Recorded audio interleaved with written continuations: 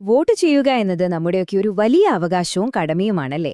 പക്ഷെ അതിനു മുമ്പ് ഏറ്റവും പ്രധാനപ്പെട്ട ഒരു കാര്യമുണ്ട്. നമ്മുടെ പേര് വോട്ടർ പട്ടികയിൽ ഉണ്ടെന്ന് ഉറപ്പുവരുത്തുക എന്നുള്ളത്. അതെങ്ങനെ എളുപ്പത്തിൽ ചെയ്യാം, എന്തൊക്കെയാണ് ശ്രദ്ധിക്കേണ്ടത് എന്ന് നമുക്കൊന്ന് നോക്കാം. അപ്പോ നമ്മൾ ആദ്യം തന്നെ സ്വയം ചോദിക്കേണ്ട ഒരു ചോദ്യമുണ്ട്. വോട്ടർ പട്ടികയിൽ നിങ്ങളുടെ പേരുണ്ടോ? ചിലപ്പോൾ നമ്മൾ ഉണ്ടെന്ന് വിചാരിക്കും, പക്ഷെ അത് ഉറപ്പാണോ? നമ്മുടെ വോട്ടവകാശം ഉപയോഗിക്കാനുള്ള ആദ്യത്തെ പടിയെന്ന് പറയുന്നത് ഈ ഉറപ്പുവരുത്തലാണ്. ഇനി വളരെ പ്രധാനപ്പെട്ട ഒരു കാര്യമുണ്ട്. ഇതിനൊരു സമയമുണ്ട്, ഒരു സമയപരിധി.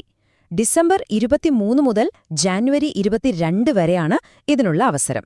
ഈ തീയതികൾ വളരെ പ്രധാനപ്പെട്ടതാണ്, അതുകൊണ്ട് മറക്കാതെ ഓർത്തുവെക്കുക. അപ്പം നിങ്ങളുടെ പേര് ലിസ്റ്റിലില്ലെന്ന് കരുതുക. എന്തു ചെയ്യും?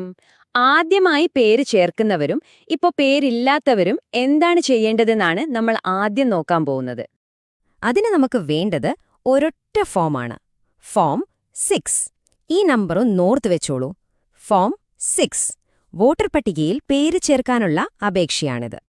അപ്പോ ഈ ഫോം 6 ആർക്കൊക്കെയാണ് വേണ്ടിവരിക? ഒന്നാമതായി, നിങ്ങൾ ആദ്യമായി വോട്ട് ചെയ്യാൻ പോകുന്ന ആളാണെങ്കിൽ, അല്ലെങ്കിൽ നിലവിൽ പട്ടികയിൽ പേരില്ലാത്തൊരു പൗരനാണെങ്കിൽ, അതുമല്ലെങ്കിൽ ഒരു പ്രവാസി കേരളീയനാണെങ്കിൽ, ഈ 3 കൂട്ടർക്കും പേര് ചേർക്കാനായി ഉപയോഗിക്കേണ്ടത് ഫോം 6 ആണ്. ഇനി നിങ്ങളൊരു പ്രവാസിയാണെങ്കിൽ ഒരു ചെറിയ കാര്യം കൂടി ശ്രദ്ധിക്കാനുണ്ട്.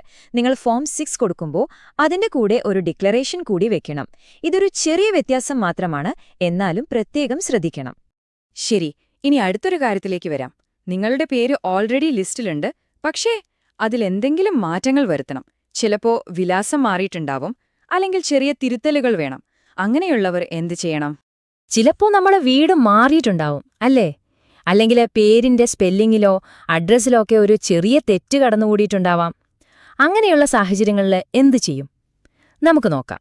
ഓക്കെ, അപ്പോൾ കാര്യങ്ങൾ കുറച്ചുകൂടി എളുപ്പമാക്കാൻ നമുക്ക് ഈ ടേബിൾ ഒന്ന് നോക്കാം. പ്രധാനമായും 3 ഫോമുകളാണുള്ളത്. പുതിയതായി പേര് ചേർക്കാനാണെങ്കിൽ നമ്മൾ നേരത്തെ പറഞ്ഞ പോലെ ഫോം 6.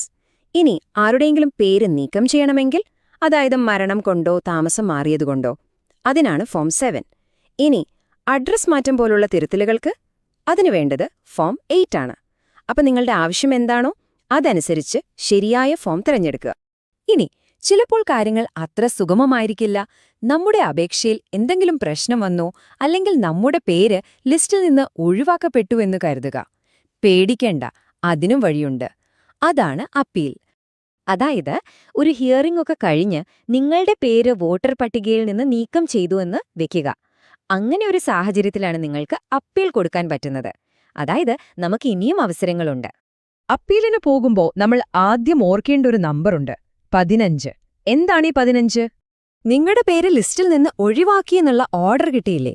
ആ ഓർഡർ കിട്ടി കൃത്യം 15 ദിവസത്തിനുള്ളിൽ നമ്മൾ ആദ്യത്തെ അപ്പീൽ കൊടുത്തിരിക്കണം. ഇത് കൊടുക്കേണ്ടത് ജില്ലാ തിരഞ്ഞെടുപ്പ് ഓഫീസർക്കാണ്.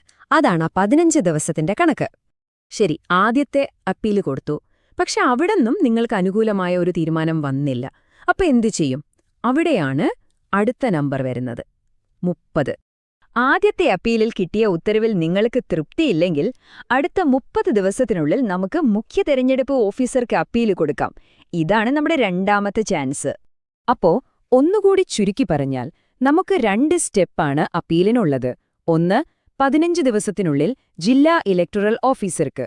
അവിടെ ശരിയായില്ലെങ്കിൽ 2, 30 ദിവസത്തിനുള്ളിൽ ചീഫ് ഇലക്ടറൽ ഓഫീസർക്ക്. ഈ ടൈം ലൈൻ വളരെ പ്രധാനപ്പെട്ടതാണ്, ഓർത്തുവെക്കണം. അപ്പോ എന്തൊക്കെയാണ് ചെയ്യേണ്ടതെന്ന് നമുക്കിപ്പോൾ വ്യക്തമായി. ഇനി അടുത്ത സ്റ്റെപ്പ് എന്താ? വെറുതെ അറിഞ്ഞിരുന്നാ പോരല്ലോ, അല്ലേ? നമ്മൾ ആക്ഷൻ എടുക്കണം. ഇപ്പൊ ഇതൊക്കെ എവിടെ കിട്ടുമെന്നായിരിക്കും നിങ്ങൾ ചിന്തിക്കുന്നത്, അല്ലേ? ഈ പറഞ്ഞ എല്ലാ ഫോമുകളും ഓൺലൈനായി അപേക്ഷിക്കാനും ഒക്കെയുള്ള സൗകര്യം ഒരൊറ്റ വെബ്സൈറ്റിലുണ്ട്, voters.eci.gov.in. ഈ അഡ്രസ് ഒന്ന് നോട്ട് ചെയ്ത് വെച്ചോളൂ. ഇവിടെ നിന്നാണ് എല്ലാം തുടങ്ങേണ്ടത്. അപ്പോ അവസാനം പറയാനുള്ളത് ഇത്രയുള്ളൂ. നമ്മുടെ വോട്ട് എന്ന് പറയുന്നത് നമ്മുടെ ശബ്ദമാണ്. ആ ശബ്ദം കേൾപ്പിക്കാൻ നിങ്ങൾ റെഡിയാണോ?